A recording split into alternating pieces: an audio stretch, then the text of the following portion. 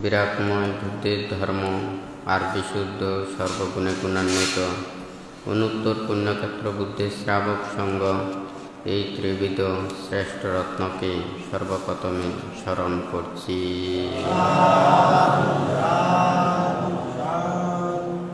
আজকে দূতাঙ্গ কুটিরে উপস্থিত অত্র দূতাঙ্গ কুটিরের সংশ্লিষ্ট বিহার কুটির সংগঠন পরিষদ গ্রাম তথা বিভিন্ন জায়গা হতে আগত চট্টগ্রাম পার্বত্য চট্টগ্রাম দূর দূরান্ত থেকে সকল সদ্ধর্মপ্রাণ উপাসক উপাসিকাদের প্রতি মৈত্রীময় আশীর্বাদ জানাচ্ছি।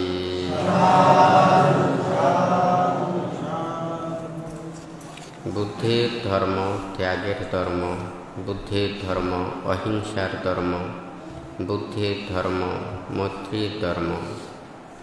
যাহারা অহিংসা মৈত্রী এবং ত্যাগের মাধ্যমে প্রকৃত বৌদ্ধ হতে হবে, যাহারা বুদ্ধের সেই নীতি আদর্শকে যথাযথভাবে গ্রহণ না করে, তাহলে বুদ্ধের প্রকৃত জ্ঞান অর্জন করা সম্ভব নয়।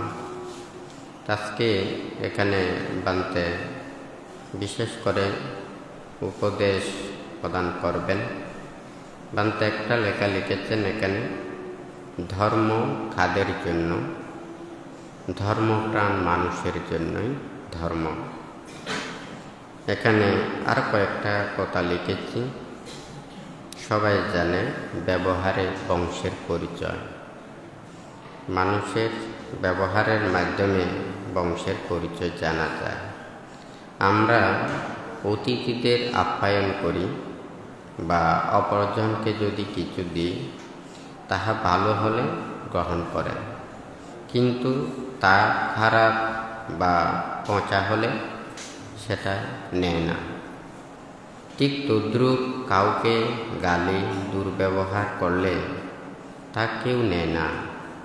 নিজের অমঙ্গল ও বংশের মর্যাদাকে খারাপ করানো হয়, তাই কখনো অপরকে দুর্ব্যবহার করা উচিত নয়। এই কথাটা বান্তে লিখেছেন। আজকে এখানে সবাইকে এই প্রসঙ্গ নিয়ে বান্তে দেশনা প্রদান করছেন। আমরা প্রত্যেকেই চাই একটা ভালো হতে, ভালো মানুষ হতে, জ্ঞানী হতে, গুণী হতে। আমরা কেউ খারাপ হতে চাই না। কেউ আমাদেরকে খারাপ বলুক, সেটাও আমরা চাই না। প্রত্যেকে আমরা ভালো কোনো কিছু পেলে সেটা আমরা নিতে চাই। কেউ যদি খারাপ কোনো কিছু দেয়, এটা কেউ নিতে চায় না। তাহলে সবাইকে বুঝতে হবে, আমরা অপরজনকে যদি দিই, তাহলে আমরা ভালো কিছু দেওয়াটাই ভালো। আর যদি আমরা খারাপ বা অন্য কোনো কিছু দিয়ে থাকি, সে কিন্তু সেটা গ্রহণ করবে না। আর গালি গালাজ দুর্ব্যবহার অপরের নিন্দে তিরস্কার এগুলোও কেউ গ্রহণ করতে চায় না। তাহলে আমরা যদি এই দুর্লভ মানব জন্ম লাভ করেছি, আমরা মানুষ কখন হব, কখন আমরা মানুষ হতে পারি? আমাদের মানবতা না থাকলে, জ্ঞান না থাকলে, সদ্বুদ্ধি না থাকলে কখনো আমরা মানুষ হব না। শুধুমাত্র মানুষের রূপটা পাব, প্রকৃত মানুষ হতে পারব না। বুদ্ধ ধর্মপদের গাথায় বলেছেন, ইয়াহবা দিওয়া অনাত্থায়া ইয়াত্থাং বালাস্যা জায়াতে হান্তি বালাস্যা সুখাংসাং মুদ্ধমাস্য বিপাতে। এখানে বুদ্ধ বলেছেন যে অজ্ঞানী মূর্খদের শিল্পজ্ঞান জন্মে অনর্থের জন্য। হন্তি বালাস্যা সুখাংসাং মুদ্ধমাস্য বিপাতয়। নিজের সৌভাগ্যের নিজের সেই শির মাথাকে নিজে হত্যা করে। হান্তি বালাস্যা সুখাংসাং মুদ্ধমাস্য বিপাতয়। অর্থাৎ আমাদের যে খারাপ বুদ্ধি, খারাপ জ্ঞান, অন্যায় আচরণ, দুর্ব্যবহার, অপরের অমঙ্গল চিন্তা, এগুলো যে মাথায় উৎপন্ন হয়, এই যে বুদ্ধি, এই জ্ঞানটা, এটা আমাদের নিজের সৌভাগ্যকে নষ্ট করে, নিজের মানবতাকে নষ্ট করে, নিজের জ্ঞানকে নষ্ট করে, নিজের প্রজ্ঞাকে ধ্বংস করে। সেই জন্যই এই কথাটা বুদ্ধ বলেছেন, ইয়াবদেব অনত্থায়া ইয়াত্থাং বালস্য জায়াতি। অজ্ঞানী মানুষের শিল্পজ্ঞান জন্মে নিজের অনর্থের জন্য। হন্তি বালস্য সুখাংসাং মুগ্ধমাস্য বিপাতয়।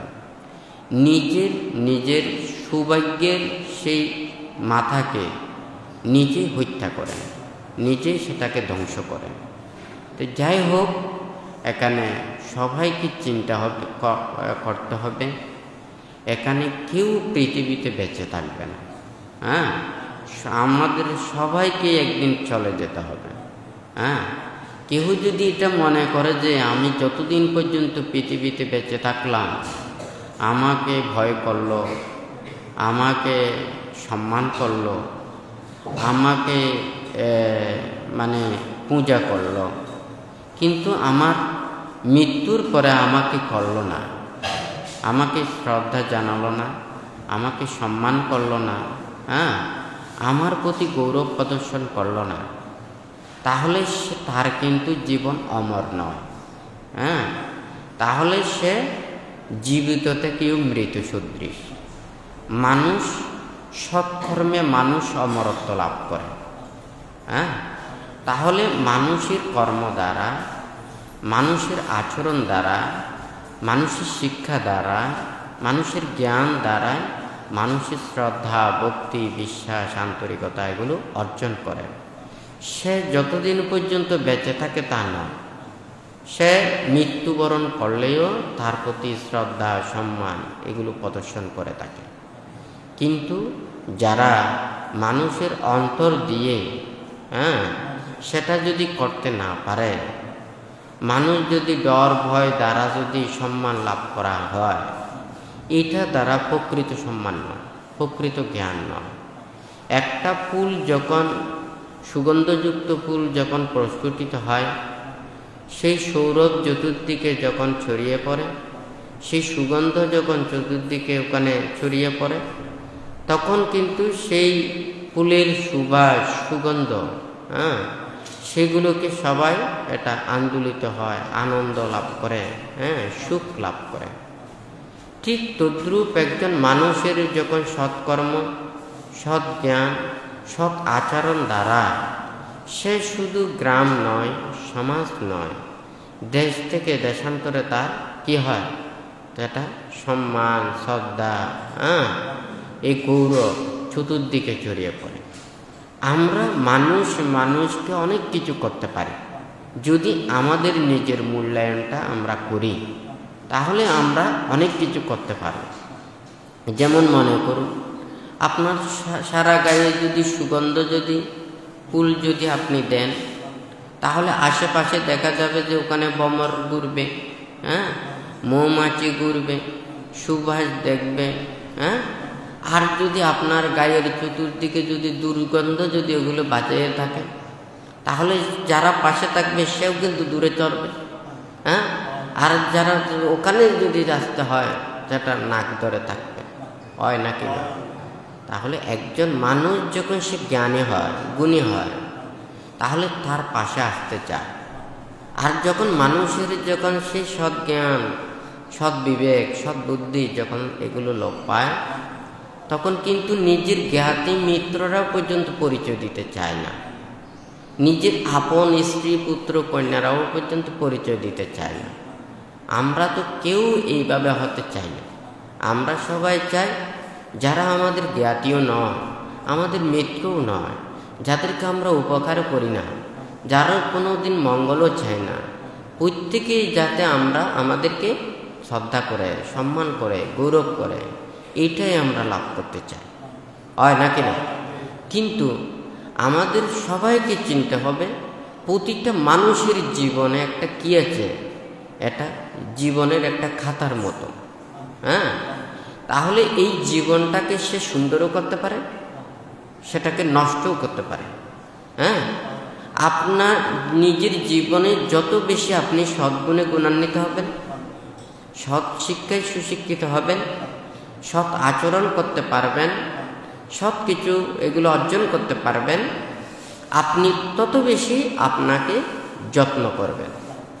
কিন্তু আপনার যদি মূল্যবান কোনো কিছু যদি না থাকে, নিজের সদ্গুণ যদি না থাকে, সৎ আচার যদি না থাকে, সৎ ব্যবহার যদি না থাকে, সদ্গুণে যদি গুণান্বিত না হন, আপনি যদি গৌরবান্বিত না হন, তাহলে আপনি নিজে নিজেকে নষ্ট করে ফেলবেন।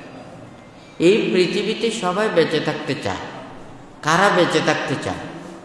যারা এই পৃথিবীতে বেঁচে থেকে নিজেও সুখ পায়, আনন্দিত হয়, অপরজনকে সুখ দেয় এবং আনন্দ প্রদান করে, সে কিন্তু বেঁচে থাকতে চায়। কিন্তু যারা নিজের কারণে অপরে কষ্ট পায়, দুঃখ পায়, নিজের কোনো মূল্য থাকে না, সৎ জ্ঞান থাকে না, নিজের বিবেকের যখন সে প্রশ্নবিদ্ধ হয়, তখন এই পৃথিবীতে যতদিন বেঁচে থাকে তার মনে হয় যেন এই পৃথিবীতে সে মৃত সদৃশ। সবাই অনেকেই জানে, অনেকেই সুসাইড করে। কেন সুসাইড করে? এই পৃথিবী মনে হয় যেন তার দুঃখপূর্ণ। এই পৃথিবীতে সুখ নেই, এখানে কোনো শান্তি নেই, এখানে কোনো কিছু তার লাভের কোনো কিছু নেই। যেমন আপনাদের যদি কোনো জিনিস এটা খুব যত বেশি সেটা দামি হয়, যত বেশি প্রয়োজনীয় হয়, সেটাকে আপনারা যত্ন করে রক্ষা করেন, হয় নাকি না? আর যদি যে জিনিসটা যত বেশি সেটা মানে তুচ্ছ তাচ্ছিল্যের হয়, এটার দাম কম হয় বা নষ্ট হয়ে যায়, অব্যবহার্য হয়ে যায়, তখন এটাকে চুরে ফেলে দেয়, হয় নাকি না? ঠিক তদ্রুপ মানুষের জীবনও সেই ধরনের। সবাই তো ওখানে ভালো কাজ করে সুশিক্ষিত হতে চায়, প্রতিষ্ঠিত হতে চায়, মেতর হতে চায় না, হয় নাকি না? তাহলে কি এখানে কি পৃথিবীতে যারা ময়লার কাজ করে মেতর কি নেই? আছে। তাহলে কি আপনারা কি মেতর হতে চান? মেতর হতে চান না, কিন্তু যাদের অভাবের কারণে কিন্তু সেই কাজটা করতে হয়, হয় নাকি না? এক সময় ভান্তে একটা দেশনায় বলেছিলেন, তো এই ওখানে এক সময় দেশনায় বলেছিলেন মানে মানে বুদ্ধ অনেক কিছু দেশনা প্রদান করেছেন, উপদেশ দিয়েছেন। হ্যাঁ, এমন এক সময় আসবে ধর্ম যখন মানে পরীক্ষণের দিকে যাবে, তখনও পুণ্যকর্ম করলে তখনও হবে। হ্যাঁ, এখন একটা কথায় ভাবতে ওখানে দেশনায় বলেছেন, হয়তো দেখা যায় ওখানে রাস্তার অলিতে গলিতে পাশে ওখানে মানে কোনো কলা বা ফল নষ্ট যদি ওখানে ফেলে দেয়, তখন দেখা যায় ওখানে যারা অভাবী,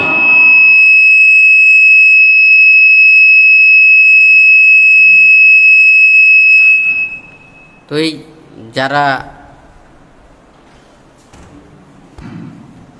যারা মনে করুন অভাবী, সেই মানুষেরা ওখানে দেখা যায় এই পচা এগুলো নষ্ট এগুলো খায়, হয় নাকি না? কিন্তু যারা অভাবী তারা খায়, কিন্তু যাদের আছে, যাদের সামর্থ্য আছে, কিন্তু তারা কিন্তু এইভাবে খায় না, হয় নাকি না? তাহলে বুদ্ধ আছে, বুদ্ধের ধর্ম আছে, বুদ্ধের শিক্ষা আছে, বুদ্ধের উপদেশ আছে। আমাদের তো ওখানে এত বেশি মাথার ব্রেন খেলাতে হয় না। ত্রিপিটকে সুন্দর করে ধর্ম বানিয়েছে, ধর্মের শিক্ষা আছে, ধর্মের উপদেশ আছে। এখানে তো সেগুলো দেখে দেখে সুন্দর মতো চললে আমাদের ওখানে এই যে বুদ্ধের জ্ঞান লাভ করা, ধর্ম চর্চা করা, ধর্মের ফল অধিগত করা, তেমন কোনো ওখানে কি হয় না, ওখানে কষ্ট হয় না। কিন্তু এখন যদি সবাই যদি এটা চিন্তা করে, যখন ধর্ম থাকবে না, হ্যাঁ, তখন সেটার মতো যদি আজকে চিন্তা করা হয়, ওই যে বানতে বলেছেন, তাহলে ওখানে ওই রাস্তার পাশে যেগুলো ওখানে ময়লা ফেলে দেয়, হ্যাঁ, পচা ফেলে দেয়, সেটা তো খাওয়ার মতো, এটা তো এখন খাওয়ার উপযুক্ত নয়। হ্যাঁ, যখন মানুষ অভাবের তাড়নায়, হয়তো অনেকেই জানে, যখন বিদেশে অনেকেই যায়, ওখানে যখন খাবার পায় না, সেই তৃণ লতা পাতা মানুষের যেটা মুখে দেওয়ার যায় না, প্রাণ রক্ষা করার জন্য সেগুলো পর্যন্ত খেতে হয়েছে। হয় নাকি না? তাহলে যেটা খাওয়ার যোগ্য নয়, প্রাণ রক্ষার জন্য তাহাকে সেটা লতা পাতাকে হলেও প্রাণ রক্ষা করতে হয়েছে, হয় নাকি না? আজকে এগুলো যদি দেখা যায়, এই ধর্মের কথা, বিনয়ের কথা, নীতির কথা, শিক্ষার কথা সবাই তো মুখে বলে, হ্যাঁ, তাহলে তো বুদ্ধির কথা এখানে 26 সপ্তাহ সুখিতা হন্তু, এটার কথা কি? মৈত্রী দেওয়া, সকল প্রাণীর প্রতি মঙ্গল প্রদর্শন করা, মৈত্রী প্রদর্শন করা, সকলের সুখ কামনা করা, সকলের শান্তি কামনা করা, ভালো চিন্তা করা, হয় নাকি না? তাহলে এটা তো ধর্ম শিক্ষা উপদেশেই তো সেই কথাটা বলে, হ্যাঁ, এটা তো মুখে বললে হবে না, এটা অন্তর দ্বারা করতে হবে। আমরা যা কিছু গ্রহণ করি এটা যদি আমাদের রুচি না থাকে, আমাদের খেয়ে যদি আমরা যদি তৃপ্তি লাভ করতে না পারি, আমরা যতই আমাদের প্রিয় জিনিস খাই না কেন, এটা দিয়ে আমরা শান্তি পাবো না, সুখ পাবো না। ধর্ম আমাদের মনের মধ্যে সেটা পৌঁছতে হবে, হ্যাঁ।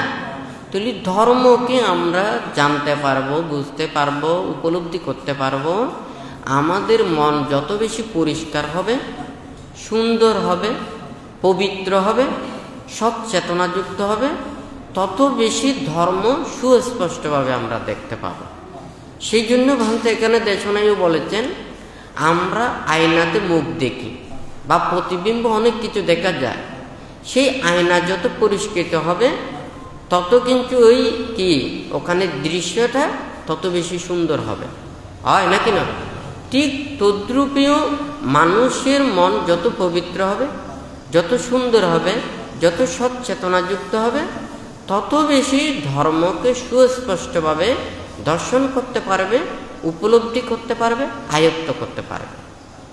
তাহলে ধর্মের কথায় এগুলো তো সব কিছু এখানে ভালো কথা বলে, নীতির কথা বলে, হয় নাকি না? তাহলে ধর্মের নামে নানান ধরনের এই অরাজকতা কেন? হ্যাঁ, তাহলে তো আজকে মনে করুন, আজকে তো এখানে কয়েকদিন বাদে কঠিন চিব্র দান, প্রতিটা বিহারে বিহারে কঠিন চিব্র দান হবে, হয় নাকি না?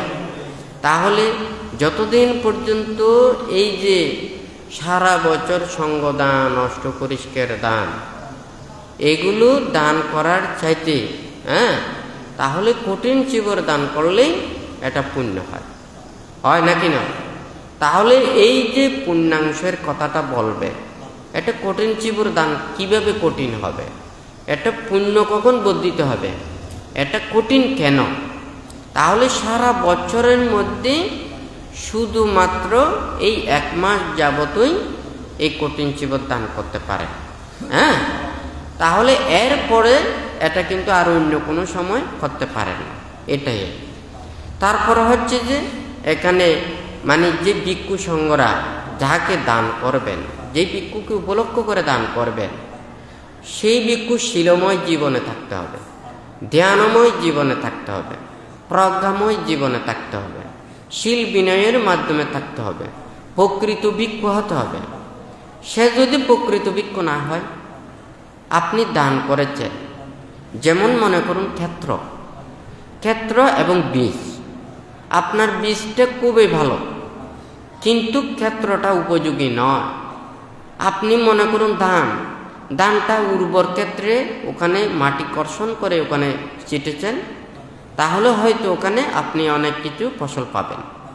এটা যদি ওখানে খালে ছিটানো হয়, পুকুরে ছিটানো হয়, তাহলে এটা কি ওখানে হবে না। তাহলে আপনি দান করছেন যাকে, এটা হচ্ছে ক্ষেত্র, আপনি হচ্ছেন দাতা, হ্যাঁ। যেটা দান করবেন এটা হচ্ছে বিশ্বদৃশ। তাহলে ক্ষেত্রটা যদি উর্বর ক্ষেত্র না হয়ে সেটা যদি ওখানে অনুর্বর এবং এটা ক্ষেত্র হয়, তাহলে এখান থেকে ফল আশা করা যায় না। যদি বলেন যে না, এটা যদি ক্ষেত্রটা যদি যেভাবে হোক না কেন আমি ফলটা দিলেই আমি ফল লাভ করব, হ্যাঁ। আপনারা তো শুধুমাত্র ওখানে দোকানে যদি ওখানে অর্থ দিয়ে দেন, সাথে সাথে আপনি ভালো মাল পাবেন তাও তো না, হয় নাকি না? আপনি যদি জিনিসটা না চেনেন, আপনি যদি পরীক্ষা করে না নিতে না পারেন, তাহলে হয়তো আপনি যেটা ভালো মানের দিয়েছেন কিন্তু হয়তো সেই জিনিসটা নাও পেতে পারে, যেহেতু আপনি চিনেন না, জানেন না, সেই জিনিসের সম্পর্কেও আপনি যথাযথ বুঝেন না, হয় নাকি না? তো যাই হোক, বানতে আসলে দানের সম্পর্কে বলতে চায় না। কেন? এগুলো বললে তখন বলবে যে বানতে দান চাচ্ছে মনে হয়, হ্যাঁ, মানে এই আহার চাচ্ছে মনে হয়। এখানে অনেকজন অনেক কিছু আপনারা এনেছেন, হ্যাঁ, আপনারা দোকান থেকে পানীয় পেয়েছেন, পানীয় এনেছেন, কেউ পিণ্ড দান করেছেন, হয় নাকি না? আমরা তো গ্রহীতা, যেটা আমাদের গ্রহণ করার বিষয় আমরা গ্রহণ করি। হ্যাঁ, আপনারা দিতে পারেন, সামর্থ্য অনুযায়ী দিতে পারেন, কিন্তু আমাদের যেটা নেওয়া সেটা নিতে পারবেন। ভালো মানুষ হলে আপনি ভালো কিছু দেবেন, আপনি যদি খারাপ মানুষ হন খারাপও তো কিছু দিতে পারেন, হয় নাকি না? কিন্তু আমার গ্রহণ করার বিষয় তো আমি গ্রহণ করব, কিন্তু যেটা গ্রহণ করার বিষয় নয় সেটা তো আমি নিতে পারবো না।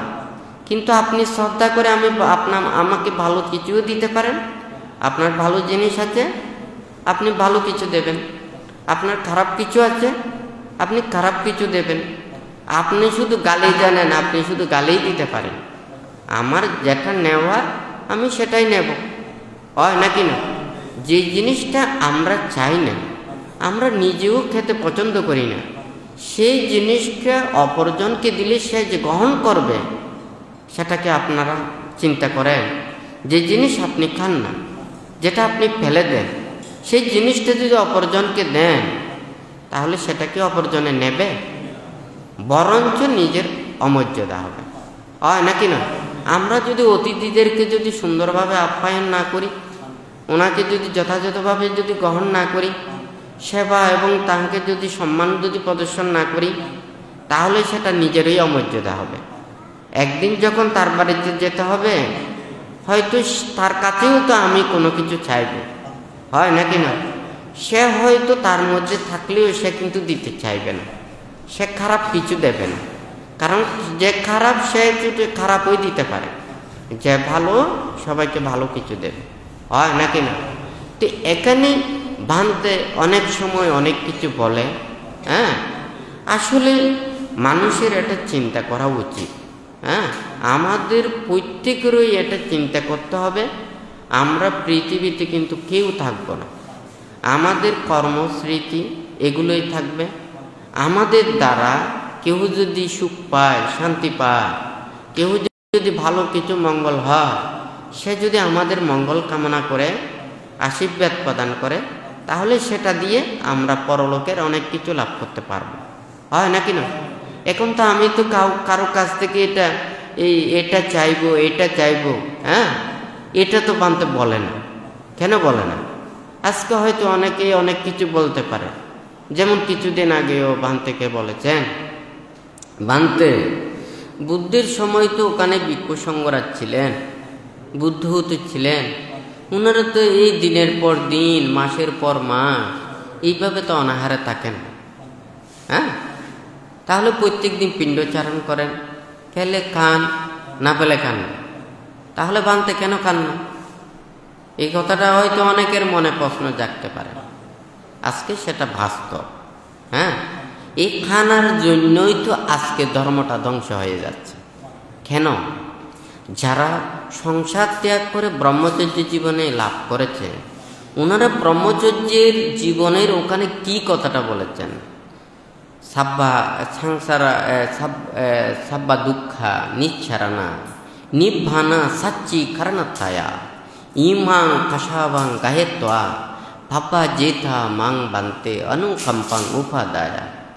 তাহলে এই কাষায় বস্ত্র ধারণ করার সময় কি সংকল্পবদ্ধ করেছেন? কোন কথাটা বলেছেন? হ্যাঁ, সাব্বা দুঃখ নিচ্ছারানা নিব্বানা, সকল প্রকার দুঃখ এটাকে পরিত্যাগ করে নির্বাণ সাক্ষাৎ করার জন্য কাষায় বস্ত্র ধারণ করেছেন। হ্যাঁ, প্রব্রজিত হয়েছেন, সংসার পরিত্যাগ করেছেন।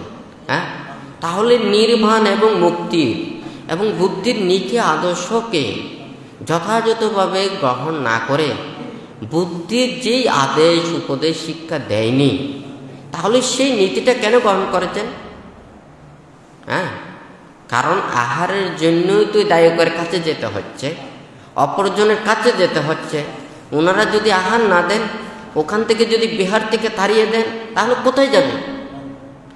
নির্বাণের জন্য সংসার ত্যাগ করেছে, মুক্তির জন্য সংসার ত্যাগ করেছে, ধর্মের জন্য সংসার ত্যাগ করেছে, নাকি পাপক্লিষ্ট হয়ে ওখানে আহার গ্রহণ করার জন্য? হ্যাঁ, তাহলে এখন সবাই কি ওখানে পরের দাসত্ব বৃত্তি করার জন্য ওখানে জীবন অতিবাহিত করতে হচ্ছে। হ্যাঁ, আজকে যদি সেটার জন্য যদি না হতো, তাহলে ধর্মকে ওখানে জলাঞ্জলি কেন দিচ্ছে? হ্যাঁ, আমাদের আপনি শীল বিনয় ধর্ম আচরণ নাও করতে পারেন, এটার কোনো অসুবিধা নেই। কারণ সবাই তো একদিনে তো নির্বাণ সাক্ষাৎ করতে পারেন না। যেমন মনে করুন, পঞ্চশীল দিয়েছেন, অষ্টশীল দিয়েছেন, 10 শীল দিয়েছেন, 227 শীল দিয়েছেন, হয় নাকি না? এখানে তো বুদ্ধ ধাপে ধাপে দিয়েছেন। একজন ছাত্র যেমন লেখাপড়া করে, লেখাপড়া করতে প্রথমে প্রাইমারি স্কুলে যেতে হয়, তারপরে হাই স্কুলে যেতে হয়, তারপরে কলেজে যেতে হয়, তারপরে বিশ্ববিদ্যালয়ে যেতে হয়। আরও উচ্চতর ডিগ্রি লাভ করতে চাইলে আপনি লাভ করতে পারেন, কোনো তো অসুবিধা নেই। আপনিও নির্বাণ মুক্তির জন্য এইভাবে আপনি ধাপে ধাপে যান। আপনি পঞ্চশীল পালন করেন, তার চাইতে আমি আরও বেশি পালন করতে চাই, তাহলে অষ্টশীল পালন করেন। আমি তার চাইতে আরও বেশি পালন করতে চাই, তাহলে 10 শীল পালন করেন। তার চাইতে আমি আরও পালন করতে চাই, তাহলে 227 শীল পালন করেন। এইভাবে ধাপে ধাপে তো যেতে হবে না।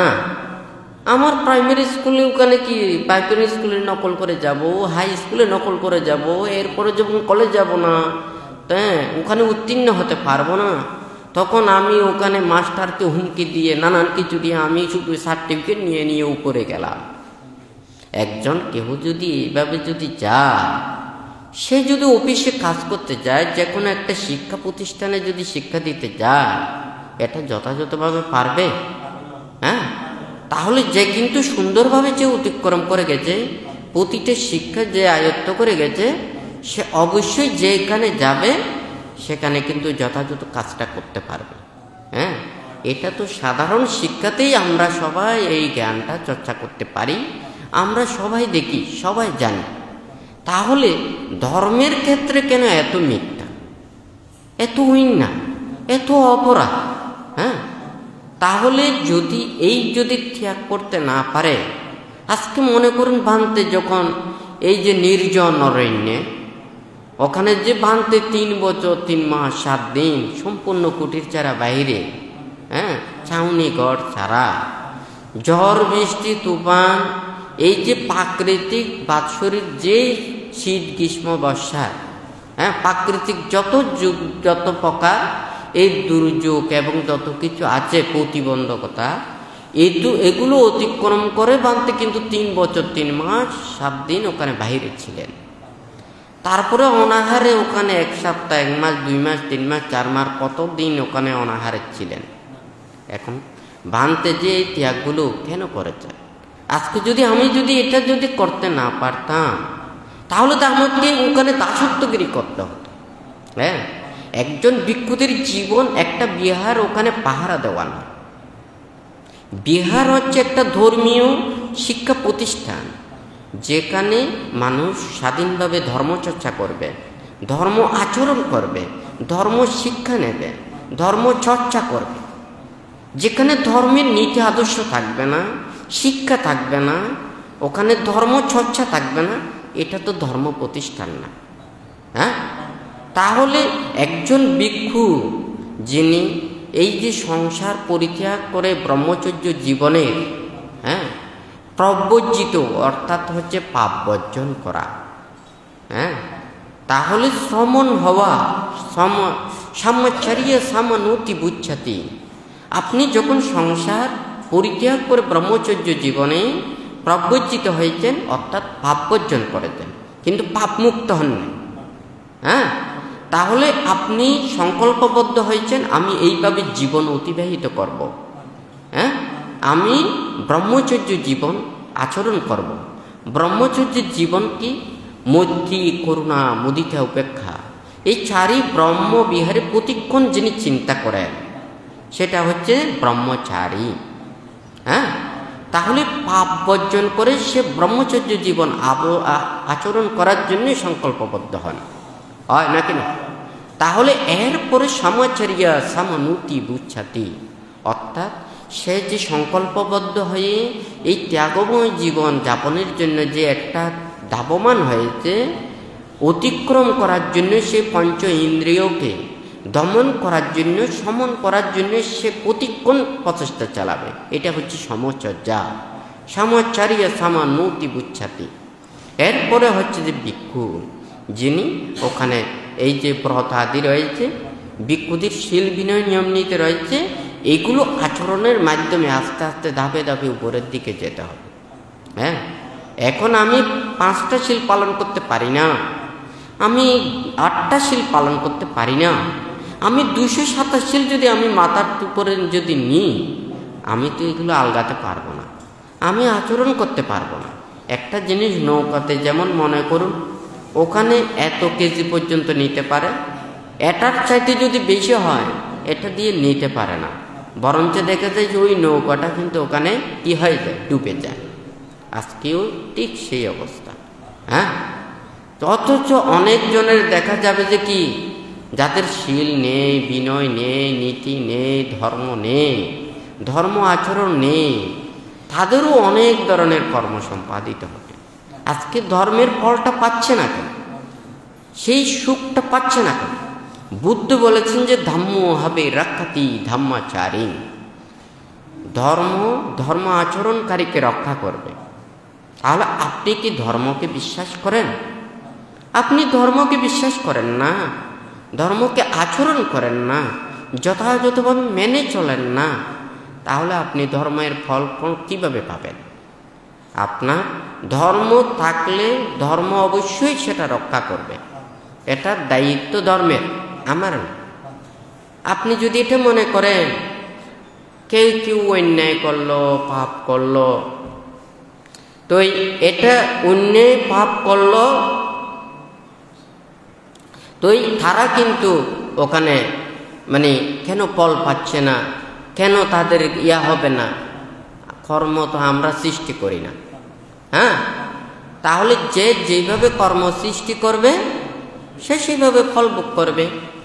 আমরা সবাই জানি, সবাই কর্মফলে বিশ্বাসী, হয় নাকি না? তাহলে সেই যে যেমন কর্ম করবে সে তেমন ফল ভোগ করবে, হয় নাকি না? তাহলে এটা তো আমার নয়। কেহ যদি সে পুণ্য কর্ম করলে সে পুণ্যের ফল ভোগ করবে। বুদ্ধ বলেছেন গাব্বা মেকে উপাজান্তি নিরায়াং পাপ কাম্মিনু সাঘাং সুগতিনো ইয়ান্তি পারিনিভ্রান্তি অনাসবা। হ্যাঁ, তাহলে কেউ ওখানে মানব লোকে উৎপন্ন হচ্ছে, কেউ পাপকর্ম করে নরকে পতিত হচ্ছে, কেউ সৎ এবং কুশল কর্ম সম্পাদন করে স্বর্গে উৎপন্ন হচ্ছে, কেউ ত্যাগ এবং নির্বাণের কর্ম সম্পাদন করে ওনারা মুক্তি লাভ করছেন, হয় নাকি না? যারা যেমন কর্ম করবেন তারা সেরূপেই ওনারা ফল পাবে, হয় নাকি না? এটা তো কেউ, আমিও কোনো কর্মের দাতা নয়, আমি যে কর্ম সৃষ্টি করেছি সেই কর্মের বিপাক আমাকে ভোগ করতে হবে। হ্যাঁ, যেমন মনে করুন বুদ্ধ, উনি অসংখ্য কল্পকাল ধরে অনেক ফারমি পূর্ণ করেছেন, 30 ফারমি পূর্ণ করেছেন, হয় নাকি না? তাহলে উনি এতগুলো ফারমি পূর্ণ করার পরও সুদীর্ঘ 45 বছর ধর্মদান করতে গিয়ে বুদ্ধকে কত ঘাত প্রতিঘাত, কত প্রতিবন্ধকতা এগুলো করেছে, হয় নাকি না? বুদ্ধকে হত্যা করার জন্য, বুদ্ধকে অপবাদ দেওয়ার জন্য, নিন্দিত এবং তিরস্কৃত করার জন্য কত ধরনের ওখানে প্রচেষ্টা চালিয়েছেন, এটার কোনো ঠিক নেই। কিন্তু এগুলো কারা করেছেন? তখন করেছেন তীর্থিকেরা। বুদ্ধ যে নির্বাণ পদায়ক ধর্মকে দেশনা প্রদান করেছেন, যারা এই 65 প্রকার মিথ্যে দৃষ্টিতে আশ্রিত যেই তীর্থিকেরা ছিলেন, তাহাদের তখন কিন্তু বুদ্ধ এই বুদ্ধের বিরুদ্ধে নানান ধরনের অপকর্মগুলো করেছেন, হয় নাকি না? কিন্তু আজকে তো হয়তো তীর্থিক এভাবে দেখা যায় না। হ্যাঁ, এখন তির্যক কিভাবে চিনবেন? যিনি মনে করুন একজন ভিক্ষু আরেকজন ভিক্ষুকে কোনোদিন নিন্দা করতে পারে না, তিরস্কার করতে পারে না, তাহলে নিজেই নিজেকে নিন্দা করা হলো, নিজে নিজেকে তিরস্কৃত করা হলো। আমরা তো কেউ কারো ভাগে হতে চাই না, কেউ কোনো অপবাদের হতে চাই না, হয় নাকি না? কিন্তু যাদের সেই গুণ নেই তারাই কিন্তু এখানে প্রকৃত ভিক্ষুদের কি করে? নিন্দা করে, তিরস্কার করে। হ্যাঁ, তাহলে একটা যদি বাঁধতে ওখানে বলেছেন, এটা যদি পরীক্ষা করতে চায় অনেক সময় অনেক টিপসের কথা বলেছেন, এগুলো একেবারে সহজ। হ্যাঁ, এগুলো বলতে হয় না। যেই জিনিস মানুষেরা চোখে দেখে, যেটা সচরাচর দেখে, এটা বলে কোনো লাভ নেই। অর্থাৎ মানুষ যেটা সবাই জানে এটা নিয়ে সমালোচনা করে কোনো লাভ নেই। হ্যাঁ, ধর্ম সম্পর্কে আলোচনা করুন, হ্যাঁ, জ্ঞান লাভের জন্য আলোচনা করুন, নির্বাণ মুক্তির কর্মপথের দিকে যেতে এখানে কোনো প্রতিবন্ধকতা নেই, এখানে কোনো ওখানে প্রতিযোগিতা নেই। আপনি যত বেশি ধর্ম আচরণ করবেন আপনি তত শীলবান হবেন, ধার্মিক হবেন, সংযমিত হবেন, ত্যাগী হবেন, গুণী হবেন, জ্ঞানী হবেন, হয় নাকি না? তাহলে যে যত বেশি নির্বাণের কাছে যাবে সে তত বেশি সমাহিত হবে। হ্যাঁ, সে গুণী জ্ঞানী হবে, শীলবান হবে, ধার্মিক হবে। তাহলে এখানে কোনো প্রতিযোগিতা নেই। কিন্তু আপনি যদি ওখানে ওই দিকে যদি যেতে না চান, যদি যেতে না পারেন, আরেকজনের প্রতি যদি হিংসা উৎপন্ন হয়, তখন কিন্তু আপনি নানান কিছু চিন্তা করতে পারেন। যেমন দেবদত্ত ছিলেন না? হ্যাঁ, হয়তো দেবদত্ত যখন বিভিন্ন অলৌকিক ঋদ্ধিবিদ্যা দিয়ে অষ্টসমাপত্তি লাভ করেছেন, বিভিন্ন অলৌকিক ঋদ্ধি দিয়ে অনেকজনকে ওখানে বিমোহিত করেছেন, হয় নাকি না? অথচ উনি কোনো লোকোত্তর জ্ঞান লাভ করতে পারেনি, হয় নাকি না? বুদ্ধির কাছে প্রার্থনা করেছেন, বুদ্ধ আপনি তো বৃদ্ধ হয়েছেন, আপনি রেস্ট নিন, আমাকে সঙ্গ পরিচালনার জন্য দায়িত্বটা আমাকে দিন। উনি চিন্তা করেন নাই যে হ্যাঁ, আরে আমি তো বুদ্ধের যে বয়সে তো আমিই তো বড়, হ্যাঁ, বয়সে মানে বুদ্ধের চাইতে দেবত্বের বয়স বেশি ছিল।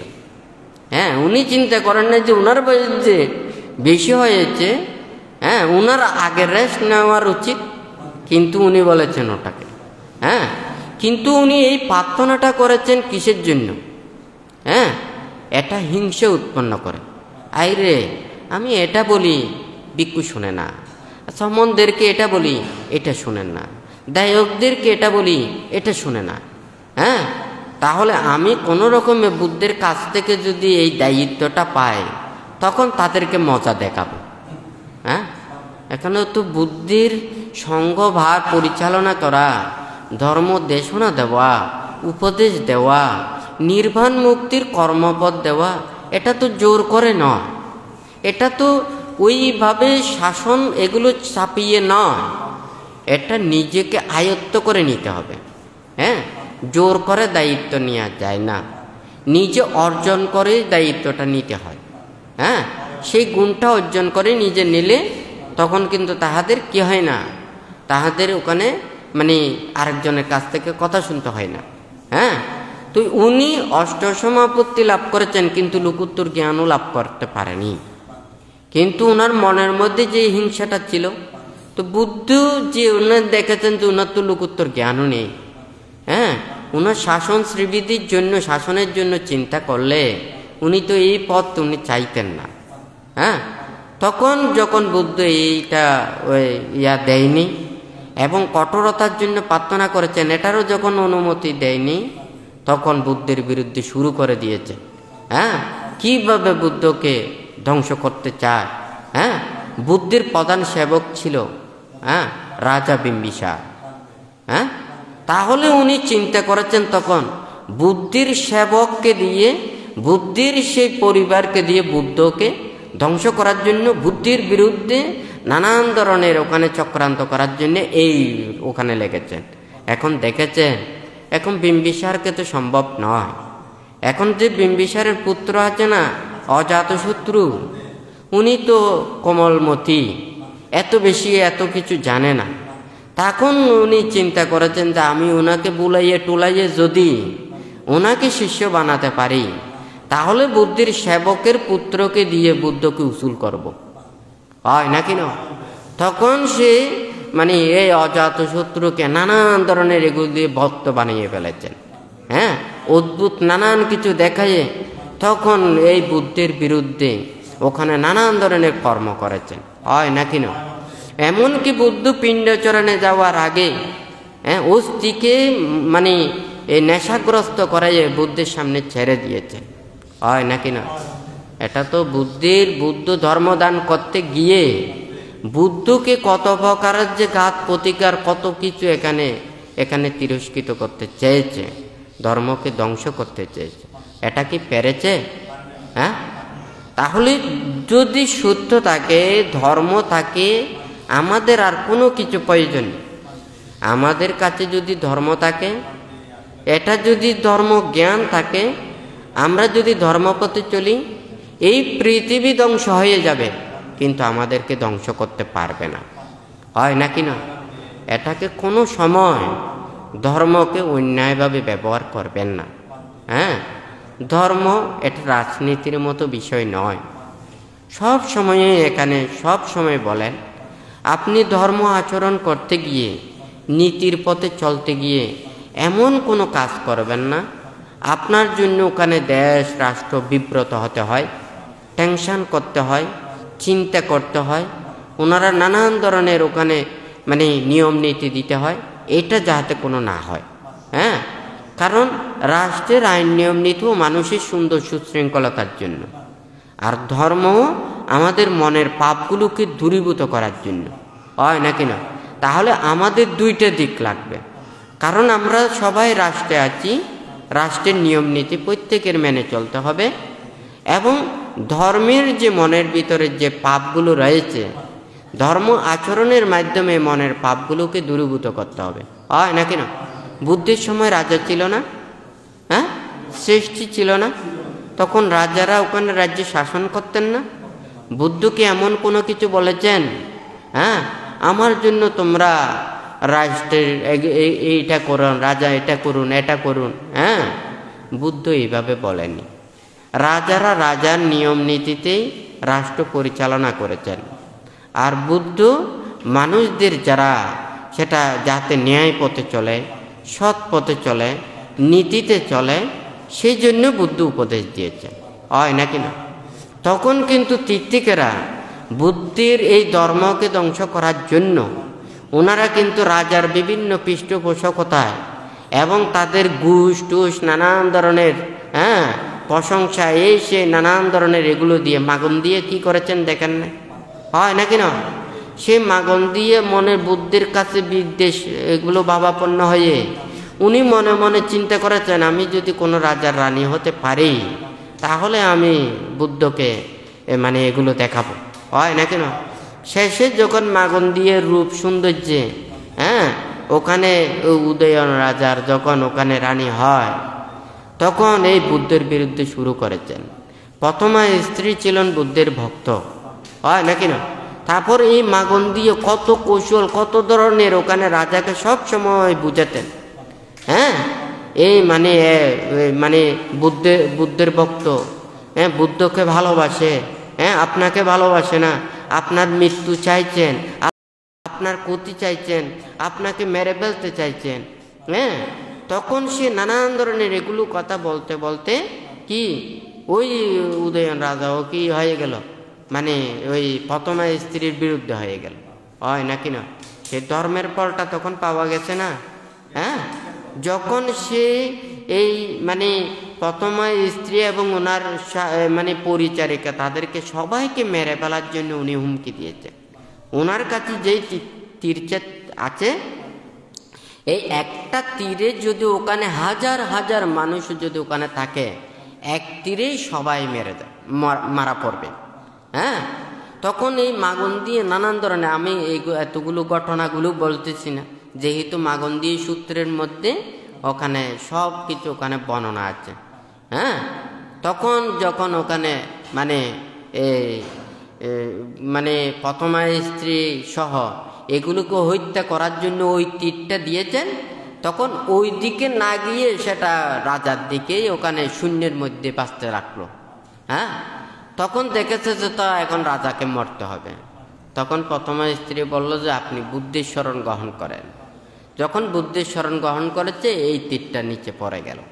হ্যাঁ, তখন উনি আবার এগুলো যাচাই করে দেখলেন যে এই মাগন দিয়ে আমাকে যতগুলো এখানে কুবুদ্ধিগুলো দিয়েছেন, এটাকে যাতে আমাকে এত ধর্মের প্রতি বুদ্ধের প্রতি শ্রদ্ধান্বিত, ঠিক আছে, সে আমার কোনো অমঙ্গল চায়নি, ক্ষতি চায়নি, আমার কোনো ক্ষতি করে নাই। হ্যাঁ, সে কিন্তু নানান ধরনের ওখানে ছল চাতুরি করে আমাকে বিরুদ্ধাচরণ করার জন্য এইগুলো পলিসিগুলো করেছেন। হ্যাঁ, তখন উনি মনে মনে একটা চিন্তা করেছেন এই বংশ শুদ্ধ ধ্বংস করে দিতে হবে। হ্যাঁ, এইটা শুধু আমাকে না, আজকে বুদ্ধির ধর্মের এই পূজারী ধর্মপ্রাণ মানুষদেরকেও ধ্বংস করার জন্য উনি চিন্তা করেছেন। তখন ওনাকে আরেক লোভ দেখাইছে। হ্যাঁ, ও আপনি আমার খুব উপকারী, হ্যাঁ, আপনার যত জ্ঞাতি গোষ্ঠী আছে সবাইকে আমার রাজভাণ্ডার সব দিয়ে দেব।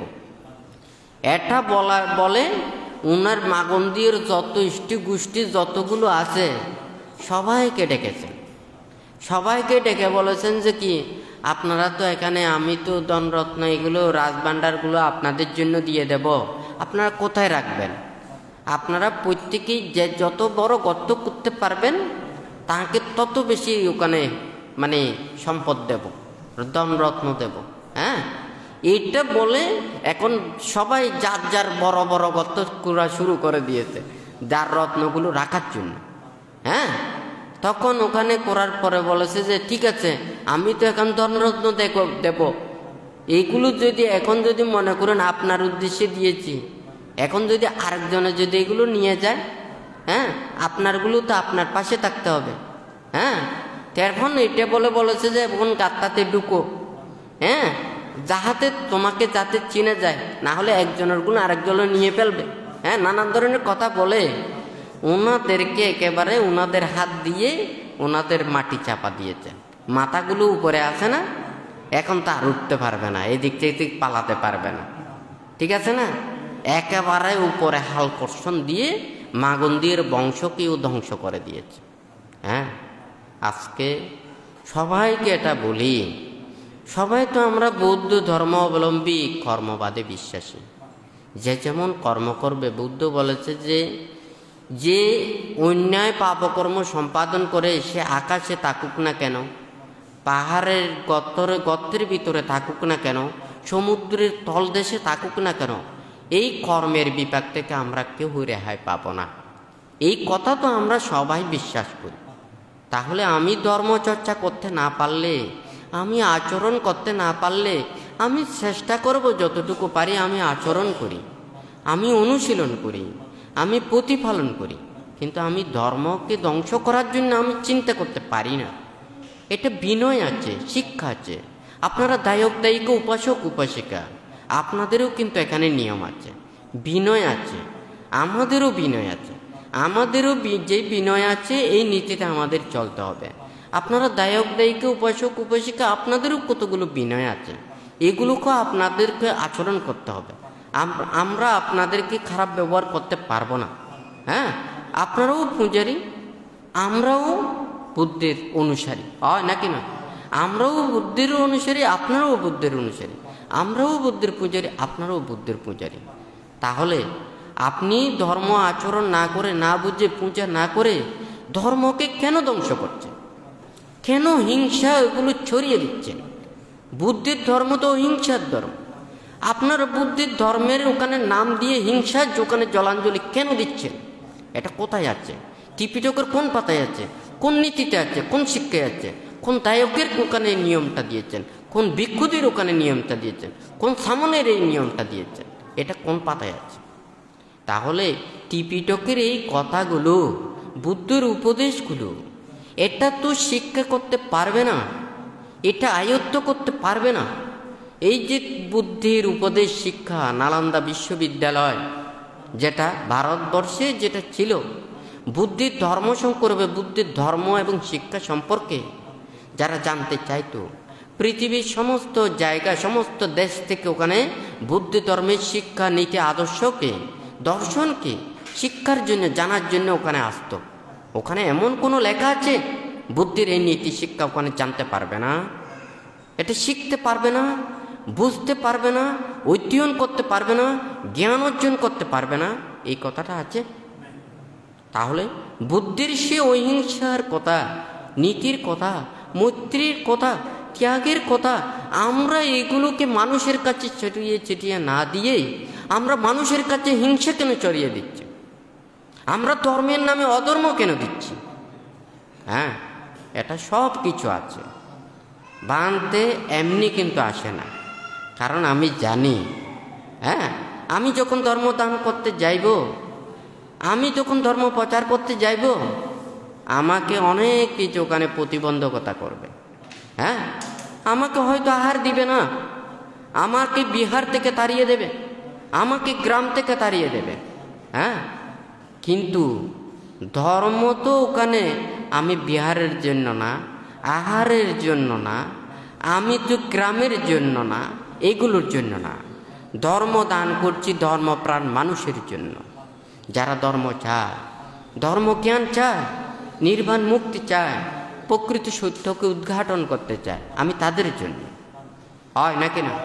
তাহলে আমি যদি আজকে যদি মনে করুন, আমি যদি বলি আজকে কেন এত বড় বড় ভান্তেরা আছেন, পূজনীয় ভান্তেরা আছেন, অনেক জ্ঞানী জ্ঞানী ভান্তেরা আছেন, পণ্ডিত ভান্তেরা আছেন, এত অন্যায় দেখে, এত অপরাধ দেখে, ধর্মের এত পরিহানি দেখে ওনারা কেন বলছেন না? কেন ধর্মকে এখানে মানুষের কাছে পৌঁছাচ্ছেন না? এটা তো নিন্দা করার বিষয় না। আমি কি কাউকে নিন্দা করছি? আমি কি কাউকে খারাপ বলছি? আপনি শীল পালন করেন না, আপনি অধর্ম পথে চলেন, আপনি দুশীল, আমি সেটা বলছি? আমি বলছি ধর্ম এটা, নীতিতে এটা আছে, এইভাবে শিক্ষা আছে, এইভাবে আচরণ করতে হবে, এইভাবে জ্ঞান চর্চা করতে হবে। এটা ধর্মের বিনয় না, এটা নীতি না, এটা শিক্ষা না, এটা বলতে পারে না? হয় না কেন? তাহলে যদি মনে করুন এখন আমার চেয়ারটা বড় হয়, এখন যদি আমি বিনয়ের কথা বলি, আমি নীতির কথা বলি, এখন আমাকে শ্রদ্ধা করবে না, আমার চেয়ার থাকবে না, আমার পদ থাকবে না, হ্যাঁ, আমার উপরের কোনো কিছু মান সম্মান থাকবে না। এটার জন্য কি প্রবজ্জিত? এটার জন্য কি নির্বাণ মুক্তি? হ্যাঁ, এটার জন্য যদি হয় তাহলে ধর্ম কোনো দিন থাকবে না। আপনি যত বেশি শীল বিনয় ধর্ম আচরণ করেন না, আপনি তত বেশি পথ পাবেন, এত বেশি উপরে উঠতে পারবেন, এত বেশি জ্ঞানী গুণী হবেন। তাহলে ছোট ছোট এগুলো আছে না, এটা সবাই দেখতেছে। শীল বিনয় ধর্ম আচরণ করলে আমাকে নিন্দে তিরস্কার পেতে হবে, আমাকে গালিগালাজ শুনতে হবে, আমাকে মানুষের খারাপ শুনতে হবে, আমাকে ভৎসনা শুনতে হবে। আর যদি আমি খারাপ হই, আমি যদি দুশীল হই, আমি যদি অত্যাচারী হই, আমি যদি মূর্খ হই, আমি যদি অজ্ঞানী হই, আমি দিনের পর দিন উপরের দিকে উঠতে পারবো, একটার পর একটা আমি পথ অর্জন করতে পারবো। তখন দেখা যাবে যে ওই পদের জন্য সে ভালোগুলো পরিত্যাগ করে সে খারাপের দিকে আসবে। হ্যাঁ, আমরা তো সবাই এগুলো দেখে আস্তে আস্তে যাই, সবাই বলে না। কিন্তু ধর্মনীতিতে যে থাকে সে কিন্তু কখনো ধর্ম পরিহার করে না। হ্যাঁ, বানতে বললে না, হ্যাঁ, নিন্দুকেরা চলে নিন্দায়, হিংসুকেরা জ্বলে হিংসায়, ধার্মিকেরা চলে ধর্মে, জ্ঞানীরা লবে প্রজ্ঞায়। আপনারা ধার্মিক হলে ধর্মপথে চলবেন, আর যারা অজ্ঞানী হলে অজ্ঞানী কর্মপথ নেবে। আপনি তো অজ্ঞানী হবেন না, হ্যাঁ, আপনি জ্ঞানীর কর্মপথে চলতে হবে। আমার কোনো কিছু নেই, আমি কোনো কিছুর জন্য এগুলো চিন্তা করি না। আমার কাছে যদি শীল থাকে, আমার কাছে যদি সমাধি থাকে, আমার কাছে প্রজ্ঞা থাকে, আমার কাছে যদি জ্ঞান থাকে, এগুলো হচ্ছে আমার, আর অন্য কোনো কিছু না।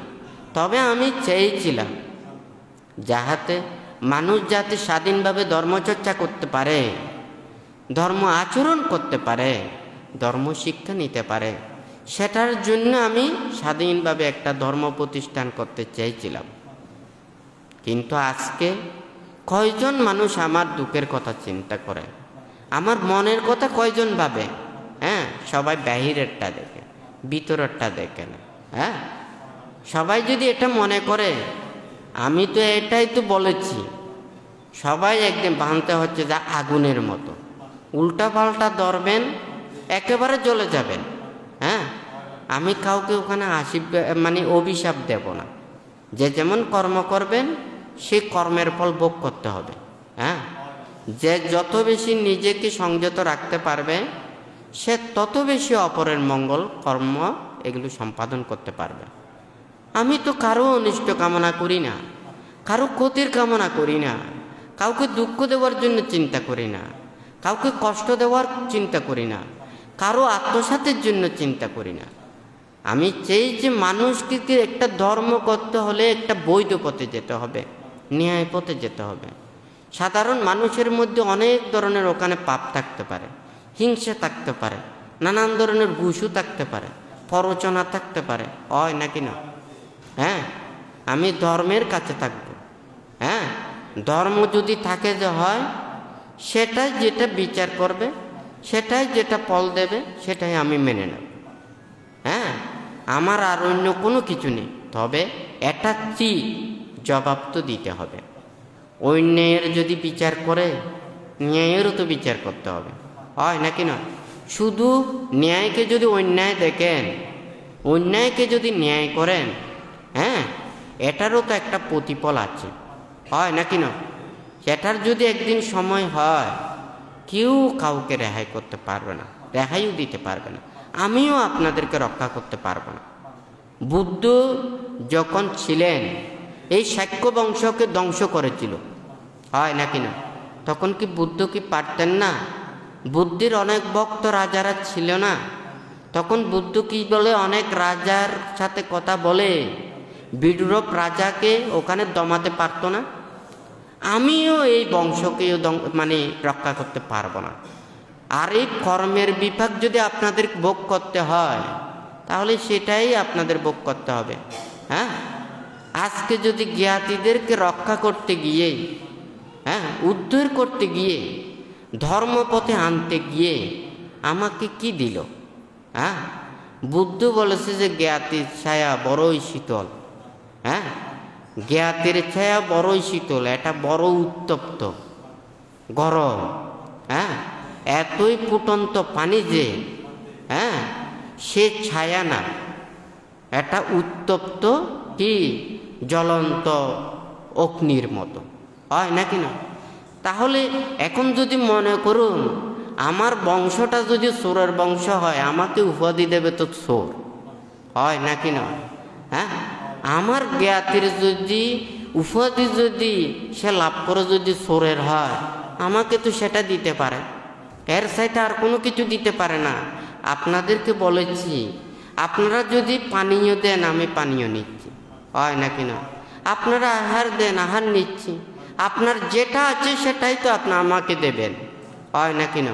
আপনার যেটা নেই সেটা আমাকে দিতে পারবেন না, হয় নাকি না? তা আপনারা যা ইচ্ছে তা দেবেন, আমি তো গ্রহীতা। আমার নেওয়ার থাকলে নেব, আর নেওয়ার না থাকলে আমি নেব না, হয় নাকি না? এখন জ্ঞাতিদেরকে উদ্ধার করতে গিয়ে জ্ঞাতি আমাকে পুরস্কার দিল, হ্যাঁ, গলার মালায় দিল, মুখেও খালি দিল, হয় নাকি না? এখন চিন্তা করে দেখুন, এমন একদিন সময় আসবে কেউ কাউকে, আপনি যদি কালো মানুষ হন, আমি যতই মেকআপ দিয়েও আপনাকে পয়সা করি না কেন, পানি যখন পড়বে এই কালোটা বেশি উঠবে। হ্যাঁ, তাহলে পান্তের কারণে দেশ, সমাজ, রাষ্ট্র কোনো জায়গায় ক্ষতি হয়েছে, কোনো জায়গায় অমঙ্গল হয়েছে, কোনো জায়গায় অনুন্নত হয়েছে, আপনি রেকর্ড দেখাতে পারবেন না। বরঞ্চ বাঁধতে একদিনের জন্যও যেখানে ধর্ম দেশনার জন্য গেছেন সেই জায়গায় পর্যন্ত উন্নত হয়েছে, মঙ্গল হয়েছে, কল্যাণ হয়েছে। ভ্রান্তের কারণে কোনো জায়গা, স্থান উন্নত হয়েছে, অমঙ্গল হয়েছে, আপনি রেকর্ড দেখাতে পারবেন না। হ্যাঁ, তাহলে ভ্রান্তের কারণে তো মানুষ সেটা মঙ্গল হয়, মানুষের কল্যাণ হয়, ভালো হয়, হয় নাকি না? তাহলে আমার যদি মনে করুন, সেই জন্য একটা কথা বানতে বলেছে, মানিকে মানিক চিনে, হ্যাঁ, রতনে রতন হয় নাকি না? রতনে রতন চিনে, মানিকে মানিক হয় নাকি না? চোরে চোর চিনে, পথারকে চিনে পথারক হয় নাকি না? একটা এই মানে ঘটনা আছে, হ্যাঁ, সারা রাত এক সাধক ধ্যান করত। তো এই ধ্যান করতো যে উনিও সারা রাত ধ্যান করে একটা পুকুরে ওখানে স্নান করতে যেত। আর এক চোরেও সারা রাত চুরি করে ওখানে প্রত্যেক দিন সকালে স্নান করতে যেত। হ্যাঁ, এখন চোর জিজ্ঞাসা করেছে সাধককে, আপনি কোন জায়গায় গেছেন, রাত্রে কোন জায়গায় গেছেন? হ্যাঁ, আর সাধক উনাকে জিজ্ঞাসা করেছেন, চোরকে জিজ্ঞাসা করেছেন, আপনি কালকে কতক্ষণ ধ্যান করেছেন? এখন চোরে চোরের চিন্তা, সাধকে সাধকের চিন্তা হয় নাকি না? যে যেটা চিন্তা করে সে সেটাকে মনে করে, আরেকজনও সেই কাজ করে। হ্যাঁ, ভালো মানুষ সবসময় অপরজনকে ভালো মনে করে, কিন্তু খারাপ মানুষ সবাইকে খারাপ মনে করে।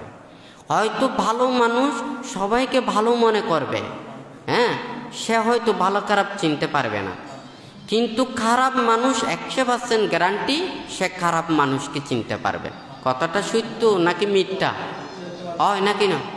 তো আজকে প্রযুক্তির দিনে, এই যে বিজ্ঞান প্রযুক্তির দিনে, কাউকে কোনো সময় অবজ্ঞা করবেন না, কারো অনিষ্ট কামনা করবেন না, কারো ক্ষতির কামনা করবেন না। এখন মানুষেরা বেকুব না, এখন কোনো মানুষ পাগল না, প্রতিটা মানুষের জ্ঞান আছে। এখন আগের মানুষের তুলনায় এখন মানুষের কিন্তু জ্ঞানটা বেশি, কিউরিওসিটি বেশি, সবাই চিন্তা করে, সবাই ভাবে। হ্যাঁ, ভাবতে তো সবার জন্য না। হ্যাঁ, যারা জ্ঞানী গুণী সাধু সৎপুরুষ প্রজ্ঞাবান, যারা গবেষক, যারা চিন্তা করে, ধর্ম বিষয় নিয়ে চিন্তা করে, দেহতত্ত্ব নিয়ে চিন্তা করে, হ্যাঁ, যারা গবেষণা করে, হ্যাঁ, বিশ্ব নিয়ে চিন্তা করে, হ্যাঁ, যারা এই পৃথিবী নিয়ে চিন্তা করে, এই প্রাণীকুল নিয়ে চিন্তা করে, তাদের জন্য বানতে। হ্যাঁ, এখন এই পৃথিবীতে এত অজস্র মানুষের মধ্যে আমি এত জ্ঞানী গুণী শীলবান ধার্মিক মানুষের দেশনা করতে, উপদেশ দিতে, শিক্ষা দিতে, ধর্মের এগুলো চিন্তা করতে করতে আমার 24 ঘন্টা শেষ হয় নাকি নয়? আমি তো এই নানান ধরনের এগুলো চিন্তা করার আমার সময় নেই। সেই জন্যই অনেকেই মনে করে, হায় রে বানতে এতগুলো কাজ করে, এটা করে এটা করে, এগুলো না করলে হয় না, না করলে তো হয়। আমাকে তো একদিন চলে যেতে হবে। আমি যদি মনে করুন সেটা 20 বছর বাঁচি, 25 বছর বাঁচি, 10 বছর বাঁচি, আমি যতদিন পর্যন্ত আছি ততদিন যদি আমি মানুষকে কিছু দিয়ে যাই, আমি দেশকে যদি দিয়ে যাই, ধর্মকে যদি কিছু দিয়ে যায়, ধর্মের শ্রীবৃদ্ধি সাধন করে যায়, পৃথিবীকে সুন্দর করে যায়, মানুষকে সুখ দিয়ে যায়, কল্যাণ করে যায়, এটার জন্য আমি চিন্তা করেছি, আর অন্য কোনো কিছু না। কিন্তু যারা এগুলোর প্রতি লোভ করে, এগুলোর প্রতি হিংসা করে, ওনারা চিন্তা করেন না যে আমি তো কোনো ব্যবসা করি না, আমি এতগুলো কিভাবে করি? আমার যদি সে পুণ্য চেতনা না থাকতো, আমার যদি পারমি না থাকতো, আমার যদি শক্তি না থাকতো, তাহলে আমি এগুলো করছি কি করে?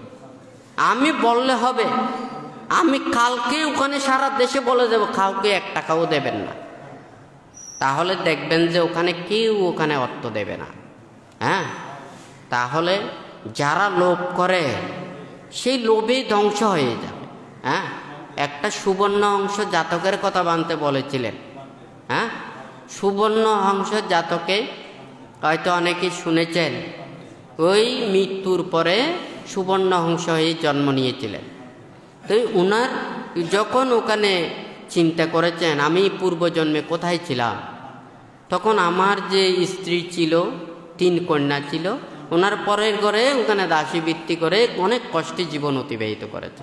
হ্যাঁ, তখন উনি চিন্তা করেন আমার গায়ের তো এগুলো সব সোনার পালক, আমি একটা একটা পালক যদি ওখানে দিয়ে আসি, তাহলে ওই পালক বিক্রি করে ওনারা অন্তত সুখী জীবন অতিবাহিত করবেন, হয় নাকি না?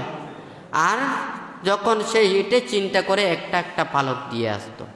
হ্যাঁ, তো উনার স্ত্রীর এমন লোভ হয়েছে, হ্যাঁ, ওনার গায়ে তো সব সুবর্ণ অংশে মানে সব পালক, একদিন ধরে যদি সবগুলো নিয়ে ফেলতে পারি তাহলে তো একদিনে এই সৃষ্টির রাজা সব কিছু হয়ে যাবে, হয় নাকি না? তারপর এটা চিন্তা করে যখন এগুলো একদিন ওখানে সল্লা পরামর্শ করে নিয়েছেন, হ্যাঁ, ওই মেয়েগুলো তিনজন ধরে নাই, হ্যাঁ, বাবার কষ্ট হবে ভেবে, তো স্ত্রী ওখানে আদর করে রুম বন্ধ করে একেবারে সব পালকগুলো ওখানে নিয়ে ফেলেছে। হ্যাঁ, তো ওখানে মানে যেই ওখানে সবগুলো নিয়ে ফেলেছে সব সাদা হয়ে গেল। হ্যাঁ, তখন কি ওখানে নিজে এই অজ্ঞানী তাদেরকে সুখ দিতে গিয়ে, শান্তি দিতে গিয়ে, ভালো করতে গিয়ে উনি যে শিক্ষা পেয়েছেন উনি আর ওখানে পালক দিতে আসে নাই, ওই আগের মতো দাসীবৃত্তি করতে হয়েছে, হয় নাকি না? এই সেই জন্য ভানতে বলেছে যে কি, সেই চেহারাটা যদি কালো হয় যতই মেকআপ করুক না কেন, এখানে যেই পানি পড়লে আবার সে কালো হয়ে যাবে। হ্যাঁ, ভান থেকে যদি চিনতে না পারে, ভান থেকে বুঝতে না পারে, এত কিছুর পরেও যদি আমি যদি আপন হতে পারি না, আমি জ্ঞাতি হতে পারি না, আমি প্রিয় হতে পারি না, নিজেদের মানুষ হতে পারি না, তাহলে এখানে আমার জীবনটাও যদি আমি দিয়েও পেলি আমি কোনো কিছু ভাবো না। হ্যাঁ, আমি তো অজ্ঞানীদের সেবা করতে গিয়ে আমি জ্ঞানীদের ওখানে ধ্বংস করতে পারি না। হ্যাঁ, আমাকে জ্ঞানীর ওখানে দেখতে হবে। হ্যাঁ, তবে এটা ঠিক, সূর্য তো ওখানে আলো দান করে।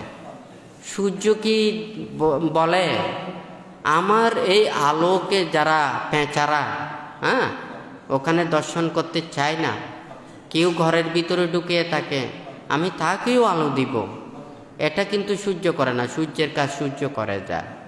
কিন্তু যারা এই আলোকে দর্শন করতে চায় সে পেঁচাকে পরিবর্তন করতে হবে, সেই ঘর থেকে বের হয়ে আলোকে দর্শন করতে হবে, তাহলে সূর্যকে দর্শন করতে পারবে, হয় নাকি না? ঠিক তদ্রূপ ভান থেকে চেনার জন্য, জানার জন্য, এটার জন্য অনেক কিছু লাগবে। আজকে মনে করুন ভান থেকে নিয়ে কতজনে কত জ্ঞানের কথা বলে, এইটা বলে সেটা বলে, এগুলো বলে তো কোনো লাভ নেই। আমার আগে পিছে টাইটেল নানান কিছু, এটা দেওয়া না দেওয়া এটা বড় কিছু না। আমার জ্ঞানে যদি হতে পারি এইটা হচ্ছে সবচাইতে বড় জিনিস। শুধুমাত্র ভান্তের যারা শিষ্যরা ত্যাগ অনুশীলন করে, সংযম আচরণ করে, হ্যাঁ, সেই ত্যাগ আচরণের মাধ্যমে তারা যেভাবে নিজেরা নিজেই যেটা উপলব্ধি করতে পারে, সেই জ্ঞানকে আয়ত্ত করার শক্তি নেই, তাহলে ভান থেকে মানে চেনার শক্তি কোথা থেকে হবে? আপনি বৌদ্ধ ছিলেন না, আপনি ভিক্ষু ছিলেন না, আপনি শ্রামণ ছিলেন না, তাহলে আপনি বুদ্ধকে কিভাবে চিনবেন? আপনি জ্ঞানীদেরকে কিভাবে চিনবেন? প্রজ্ঞাকে কিভাবে চিনবেন?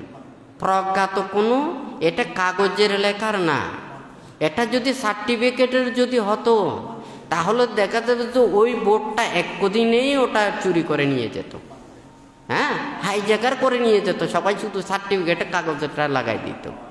হ্যাঁ, বুদ্ধির জ্ঞানেরটা এটা সার্টিফিকেটের না, বুদ্ধ এটা ধর্মের মধ্যে 6 গুণের ওখানে বর্ণনায় বলেছেন। স্বাক্ষাত ভাগবতা ধাম্ম শান্তিটিকো আখালিকো এহি পাশিকো উপানায়িকো পাশ্চাত্যাং বেদিতব্য বিয়তি, এই 6টাতেই ওখানে খুব সুন্দর করে ধর্ম কথাটা বলেছেন। এটা যাত্রার জন্য না।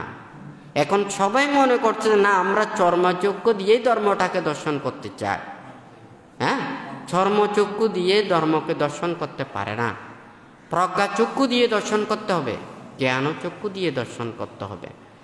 এই ধর্মচক্র প্রবর্তন সূত্রের মধ্যে চতুরার্য সত্যকে দর্শন করার জন্য, আর্যাষ্টাঙ্গিক মার্গকে দর্শন করার জন্য সুন্দরভাবে ওখানে ব্যাখ্যা করেছেন। হ্যাঁ, চক্ষু উদপাদি, আলোক উদপাদি, জ্ঞানাং উদপাদি, পাইয়া উদপাদি, বীর্য উদপাদি, এই কথাগুলো ওখানে বলেছেন। হ্যাঁ, তাহলে এই প্রজ্ঞাকে দেখতে হবে, জ্ঞানকে দেখতে হবে এগুলো দিয়ে। এখন সবাই দেখতে চাই এটা চর্মচক্ষু দিয়ে, তো চর্মচক্ষু দিয়ে আপনি কি দেখবেন? হ্যাঁ, আপনার সামনে যদি সুন্দরভাবে চলে, নরম তরম ভদ্র তদ্র চললে, হ্যাঁ হ্যাঁ ত্যাগের চললে আপনি মনে করবেন অনেক জ্ঞানী হয়ে গেছে। সেই জন্য আপনারাও সেভাবে ফল পেয়েছেন। জ্ঞানী বলেছেন, হ্যাঁ, দুতাঙ্গ বাঁধতে বললে কাকে চিনেন? বাঁধতেকে চিনেন। এই দুতাঙ্গ বাঁধতেকে কলুষিত করার জন্য কত দুতাঙ্গ বাঁধতে নাম লাগাইছে। হ্যাঁ, দুতাঙ্গ বাঁধতে থাকবে। হ্যাঁ, একটা যদি মনে করুন সেটা স্বর্ণের গোলক হয়, একটা স্বর্ণ দ্বারা যদি গোলক হয়, আপনি এটাকে 50 পিস করবেন, 100 পিস করবেন, 1 লাখ পিস করবেন, প্রতিটা পিসের মধ্যেই সেই স্বর্ণের উজ্জ্বলতা থাকবে। হ্যাঁ, আর যদি মনে করুন সেটা মাটির দলা হয়, এর উপরে ওখানে ইট কঙ্কর দিয়েছেন, এরপরে লোহা দিয়েছেন, সব কিছু আডিরে গুডিরে ঢুকে দিয়ে উপরে সোনার প্রলেপ দিয়েছেন, একটা কষা যখন খাবে ওখানে এর পরের স্তর দেখা যাবে, আরেক কষা খাবে আরেক স্তর দেখা যাবে, আর যত চূর্ণ বিচূর্ণ করবে ভিতরে গোবর থাকলে গোবরও দেখা যাবে। হয় না? কথাটা ঠিক আছে? যেটা ধর্ম জ্ঞান, ধর্ম শিক্ষা, ধর্ম উপদেশ, এটাতে ভেজাল নেই। হ্যাঁ, ধর্মকে কলুষিত করা ঠিক নয়। এটা আমি আজকে দেশনা দিচ্ছি, উপদেশ দিচ্ছি, শিক্ষা দিচ্ছি। আমি যদি বুদ্ধের উপরে যদি এখানে কথা বলি, নীতি বিনয়ের যদি উল্টো বলি, এই ত্রিপিটকটা তো আছে, আমাকে এর পরে ধরবে। আমার শিষ্যরা আছে, ভক্তরা আছে, আমি সবসময় তাদেরকে বলেছি, হ্যাঁ, এই তোরা যে আর শিষ্য, হ্যাঁ, তোরও 287, আরও 287, তুইও বুদ্ধর পুত্র, আমিও বুদ্ধর পুত্র, তুইও বুদ্ধর শিষ্য, আমিও বুদ্ধর শিষ্য। হ্যাঁ, এটা তো শিল আমলায় বেশি আছে, তোর লেখা মাসিয়ের নয়। তবে আর সান্নিধ্যে আস, মানসি উল্টা পাল্টা করলে আর না কইব না, কব না কব, খাট শিষ্য বান্তের শিষ্য। হয় না? তোরা তোর যেতে কেনছিল আরও এতে কেনছিল, কিন্তু তুই যে আর সান্নিধ্যে আস আর কথা মতন চলা করি। হয় না? ওকে মাস্টাররা যেন ছাত্ররে শিক্ষা দেয়, মাস্টারের দায়িত্ব ছাত্ররে শিক্ষা গান ধন, আমি মারি হোক দৌড়ি হোক যে দণ্ড দিওক আমি তারা ফাঁস গরম। হয় নাকি না? এই শিক্ষাই অর্জন করা নকরিব, ফুরু না নকরিব, তলি এনাকান আর দায়িত্ব নয় না। হয় নাকি না? তলি আই যদি উল্টা পাল্টা করি, হ্যাঁ, তাহলে আর কি নধরিব না? ধরিব না ধরিব। আবার আর কথা নিলে আমিও দণ্ড নদিয়ম না।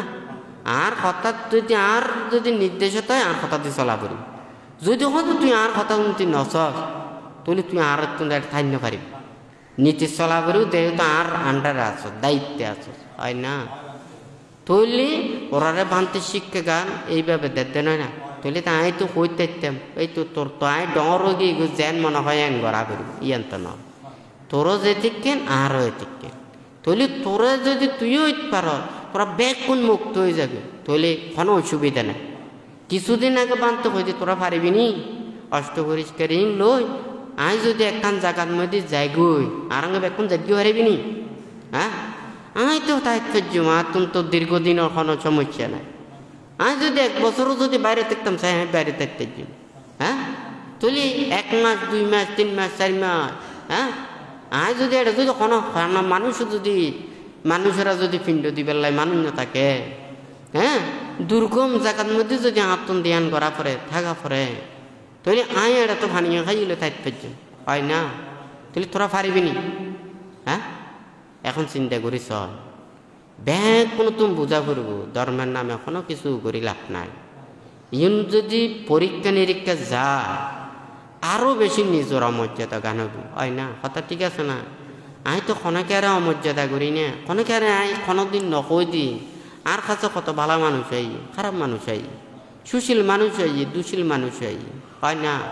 ন্যায়কারী মানুষ আই, অন্যায়কারী মানুষ আই। তাহলে পান্তরা হাসা আশীর্বাদ লাই আই, সৎ উপদেশ লাই আই। হয় না? ওরা এই যে বান্তের হাসে আই, বান্তের অনুগত হইলে যদি দেখা যায় দে ওরা সৎ উপদেশ দিলি শুনিব, তাহলে আমি সৎ উপদেশ দিতে পারি। হয় না? যদি অবাধ্য হয়, অভদ্র হয়, এই বান্তের অনুসারী নয়, পূজারী নয়, তাহলে ওরা কি এর নির্দেশ দেন যায় না? মাস্টার হলে কি ব্যাগ ছাত্রের শিক্ষা দেওয়া যায় না? ইবের কাছে যা পরিভূত ইবে ছাত্র ওয়া পরিভূত হয় না? অনেক মাস্টার যে তেনে ব্যাগ কলেজের ছাত্র ব্যাগ স্কুলের ছাত্ররা মাস্টারি করলে তুই মাস্টারের উদ্যমর্যাদা করি হয় না? কথা ঠিক আছে না? তুই যার কারণে ব্যাগ কোনো র্যাঙ্গরি শিক্ষা দেওয়ার ন যা হয় নাকি না? তো ব্যাগ কোনো তো নিয়ম মনে করা পরিবুতে যদি এড়িয়ে তাহলে কিন্তু নিজের অমর্যাদা গান নিজে ডাকিয়ে আনিলি ইয়ে কিন্তু অবস্থা খারাপ হয়ে যাবে। হ্যাঁ তে কিছু তুলতে যদি সাপ বাইরে যাই গই এমন সাপরে কি করিবেন? সাপে ধ্বংস নকরিব না হয় নাকি না? আমি বিনয়ের হতা হই দি নীতির হতা হই দি সুন্দর করে হইলে অনেক ভালো হয় নাকি না? আমি বয়োজ্যেষ্ঠ বান্তেরা কোনো খনিককে পালন করে ইয়ে নয় নদেখি না কোনোদিন বান্তেরা শূন্য পারে উদা আরে কি আরে অমর্যাদা করছি আরে দুর্ব্যবহার করছি হ্যাঁ অশ্রদ্ধা করছি কোনাকে আরে অসৌজন্য বানতে কোনো খারাপ ব্যবহার করছে সৈন্য পারি বরঞ্চ নিজের মঙ্গল গান যদি নিজে ডাকিয়ে আনে এটা গরিবের তো হনো কিছু নাই হয় না? সম্মান শ্রদ্ধা লইতে হইলে নিজের তুমি সম্মান শ্রদ্ধার মতো থাকা পড়ে হয় না? অন যদি মনে করো নিয়ে সম্মানের পাত্র বুঝি নথাগর অনার কাছে কত গরম মধ্যে ছোট ছোট নো আছে না অনারা আশীর্বাদ লাই গুরুজনরারে নসান্ন করে করে না নগরে আশীর্বাদ প্রার্থনা নগরে হ্যাঁ হয়তো এই ফুয়াও তো হয়তো দেখা যাবে তো বিয়ে ফাঁসও করছি এম এ ফাঁসও করছি ডক্টরেট ফাঁসও করছি হয় না? ওরা যে এই যে বয়োজ্যেষ্ঠ আছে তারা নসান্ন করে করে না নগরে মাতা পিতারে শ্রদ্ধা নগরে করে না নগরে যদি ও নগরে তো হয়তো ইয়েন তো স্বভাব পান ভালো না হয় নাকি না? তৈলি অনার তো এই মোতাবেকে তাহানো করিব না তৈলি অন যদি মনে করেন ওরা যদি এখন ওনারে নস্যার করে অনারে শ্রদ্ধা করে অনারে সম্মান করে অনেই বেরো যদি তুচ্ছ তার জন্য গালি গালা দুর্ব্যবহার করলে অনারে নস্যার গান করিব না হ্যাঁ অনারে সম্মান নান করিব না আর সম্মান নান পাইতে হইলে আই অপরজনরে সম্মান করা করিব আর যদি অপরজনরে সম্মান নকরি শ্রদ্ধা নকরি ভক্তি নকরি নিজে কোনোদিন শ্রদ্ধা সম্মান ভক্তি লাভ নকর্য হয় না? তৈলি আর যদি এম পাইতাম চাই অপরজনের প্রতিও ইয়েন গড়া করিব তবে মিথ্যা দি নয় ফাপ দি নয় অনহইলেন দে ফাঁসা না তোলা দিতিয়ায় 5,000 আনা তুলি ফেলাইলেন হ্যাঁ 5,000 না তুমি যদি 5,000 আনা বানাই দি তৈলি কত বেশি হয়ে চাই কত 4,995 আনা মিশতা হয় না? একবারে তুলি দিতে করে তুলি দিলি নামিবের যদি নথাকে দে হয় তৈলি কেন অবস্থা হয় ওই দেখুন না ওই যে মানে উই পোকা গাতার ভিতরে তুমি বাইরে আকাশ উঁচু চায় হয় না? অথচ যেই পাখি ফাঁকা জন্মন ফরদি ইবে উড়ি উড়ি বহুত জায়গাত গেয়ে দিয়ে ইব আকাশ উঁচু নচায় হয় না? কিন্তু ইবে যেতেই শুধুমাত্র গাতার ছিদ্র কানা ওইলি এতে তাড়াতাড়ি মাটি দিনে ডাকি দে যাতে আলো দেখানো যায় হয় না? কিন্তু এই প্রকার যেতে চারিগান ফাঁকা জন্মে গাতার তুমি যেতে বাইরে আকাশ শুই বেলাইছে কেন অবস্থা হয় হ্যাঁ? কদ্দুর উঠতে যায় না ফাঁকা ফরনের ফর দিয়ে যে ফোকার ফকির খানা ব্যাঙর খানা নানান কিছুর খানা হইতে নয় না একতলায় বেশি উড়ন ঠিক ন হ্যাঁ বানতে হয় যে শুধু আর বিক্ষুরা 227 শিল্প প্রতিপালন করে সুন্দর করে চলিলিও জীবনে অনেক কিছু হয় না? আজি একদিনে ত্যাগী হই না মহাত্যাগী হয়ে যে বেঙ্গুই 2 দিন বাদ একবারে বিক্ষু যিনি আচরণ করে ইয়ার তো না খারাপ হয়ে যাবেন তে বুদ্ধ এই শিক্ষা দিয়ে দে না হ্যাঁ? উগ্র মানুষ লেখাপড়া বিদ্যা শিক্ষা উচ্চ শিক্ষিত হইলি ইবো বোধ শিক্ষা মুখস্থ থাকে হয় না? ইবে আবার বাল্য শিক্ষার মতো হই না যায় কইতো হয় না? ইবে শিক্ষিত যে শিক্ষার মতো না থাকে থাকবে না না থাকিব তাহলে ঠিক তদ্রুপ ধর্ম চর্চা ধর্ম জ্ঞান ত্যাগ অনুশীলন চর্চা দিয়ে উড়ে উড়িলে কি নিসর্মিককে নামিত পারে না? বুদ্ধ ধর্ম জ্ঞানত পদ্মে কি আর যে মুকুতুম তুই নিসর্মিককে ফালাই দিলি যেতে মুকুতুম ফরি যাই গুই ইবার তুম ঘৃণা উৎপন্ন হয় ইবার মুকুট লই তো মনন হয় হয় না? তৈলি জীবে পরিত্যাগ করে মুকুট লন মানে কি হ্যাঁ নিজের হতৎপর নিকৃষ্ট চেতনা উৎ পেললি আবার যে পরিত্যক্ত জিনিসরে আবার লইতে পারে হয় না। তো যাই হোক অনারারে ব্যাগ কোনোরে বানতে কর ধর্মপথে চলিবেন শিল্পী নয় ধর্ম আচরণ করিবেন ধর্মপথে চলিলি ধর্ম আরারে রক্ষা করিব। হ্যাঁ কখনো অনারার ডরে ভয়ে বিভিন্ন প্ররোচনায় বিভিন্ন এই যে ধর্মরে হারে যাবেন। হ্যাঁ আই অনারারে কই ওই যে নাট বল্টুর হতা চুরি যদি লুজ করে লাগন নলকূপত দেখুন না টাইট করে লাগাইলি চুরি ব্যথা আইব বহুত দিন ডল ডলিয়া লাগাইবেন গড়র গড়র করতে করতে চুরি খাই যাব গুই এরপরে ডল ডল লইব এই ব্যাগবার মানে টানি উড়ি যাবে হয় না।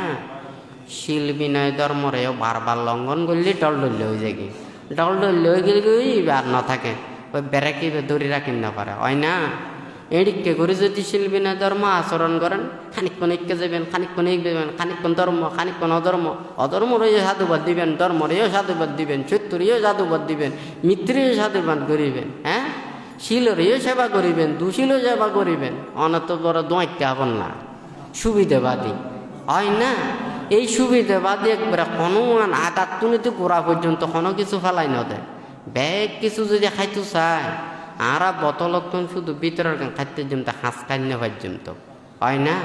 সর্বতান খাইলি আর শরীর ভালো হইব একবারে ব্যাগ কিছু খাইতে চাই লেডে যদি একবারে কাঁচার দিয়ে বোতল ছোঁয়া খাইতাম চাই ফ্যাটটা টুক সিরে যাবে হয় না। গ্রহণজীয় জিনিস গ্রহণ করা ফুরিব পরিত্যাজ্য জিনিস পরিত্যাগ করা ফুরিব হয় না। ব্যাগ কোনো সুবিধা আদায় করি পেলাই ব্যাগ কিছু খাই পেলাই হ্যাঁ দনমিকা যাবেন চুরি খাই ফেলাইবেন শেষ পর্যন্ত কি হয়ে যাবে গই ধর্মর ইয়ানো নথাকিব অনে অরিজিনাল জিনিস অল্প খাইবেন ইও খাই না অনের বহুত রূপ মুক্তি হইবেন বেজাল জিনিস শুধু শুধু দুকে দিবেন জিও নইবেন ইউনো নইব। তো যাই হোক ব্যাগ কোনোর প্রতি বানতে আশীর্বাদ জানিয়ে মানে ব্যাগ কোনোর প্রতি বানতে উপদেশ দিয়ে তা আগামী বৃহস্পতিবার 12টায় বানতে এডাতুন রাঙ্গনিয়ার গুমাই বিলস্ত বুদ্ধ মহাধাতু চৈত্যে প্রব্যজ্য ও কঠিন চিবর দান উদ্দেশ্যে বানতে এডাতুম 12টায় রওনা দিব। যেহেতু বৃহস্পতিবার 13 তারিখ 3টায় প্রব্যজ্যা এবং 14 তারিখ কঠিন চিবর দান। তো এই 13 তারিখ মানে ওরা 84 জন বৌদ্ধ কুলপুত্র এবং দায়ক ওরা প্রব্যজ্যা গ্রহণ করিব এবং 14 তারিখ কঠিন চিবর দান। তো এটা অতিথি এবং পূজনীয় ভিক্ষু সংঘরা উপস্থিত হইব। তো ওনারা যারা সমবেত হইন এবং বিভিন্ন দূর দূরান্ত যারা অনেকেই অনলাইনেও বান্তের উপদেশ শ্রবণ করেন। তো এই বান্তে আগামী বৃহস্পতিবার 13 তারিখ 12টায় এডাতুন রওনা দিব 3টায় এটা প্রব্যজ্যা অনুষ্ঠান এবং 14 তারিখ কঠিন চিবর দান। তো এরপরেও বান্তের বিভিন্ন জায়গার কঠিন চিবর দানের প্রোগ্রাম আছে। তো এই পাহাড়তলি মহামুনি আর্যসূত্র প্রজ্ঞা বিমুক্তি বিহারত 28 তারিখ অক্টোবরের 28 তারিখ কঠিন চিবর দান বান্তেড়ে 27 তারিখ বান্তেড়ে যাব 28 তারিখ কঠিন চিবর দান। তো ইয়া নতুন বান্তে ওটা আন্দারমানিক সদরমালো বাবনা কুটিরর এটা হলো 4 তারিখ নভেম্বরের 4 তারিখ কঠিন চিবর দান। এটা তুমি বান্তে 3 তারিখ সদরমালো বাবনা কুটিরত যাব। এরপরে 8 তারিখ সংরাচরি না উল্টোচরি মাইচরির উল্টোচরি বান্তে ধর্মোদয় বিহারত কঠিন চিবর দান। তো এটা বান্তে 7 তারিখ রওনা দিব বুদ্ধ মহাধাতু চৈত্যতুন। তো বান্তে 4 তারিখ 3 তারিখ সদর মালো ভাবনা কুটিরত 14 তারিখ কঠিন চিবর দান এবং বান্তে 6 তারিখ বিকালবেলা রাঙ্গুনিয়া বুদ্ধ মহাধাতু চৈত্য বান্তে আবার পদার্পণ করিব। তো এই 7 তারিখ বান্তে এডাতুন মাইচরির উল্টোচরিস্থ ধর্মোদয় বিহারত রওনা দেব। এটা 8 তারিখ নভেম্বরের 8 তারিখ কঠিন চিবর দান। তারপরে যদি বানতে যেটা অবস্থান করে এই এটা প্রত্যেক শুক্রবারে বানতে দেশনা করিব তো ওনারা ব্যাকুণের জানাই দিতে যাতে ব্যাকুণে হয়তো অনেকেই বানতে এখন জায়গা যাব বানতে সিডিগুলি ন জানে এতলে বানতে এটা দেশনার মধ্যে ব্যাকুণের হয়ে দিয়ে ব্যাকুণের প্রতি বানতে পুনরায় আশীর্বাদ জানিয়ে বান্তের দেশনা এখানে পরিসমাপ্ত করছি।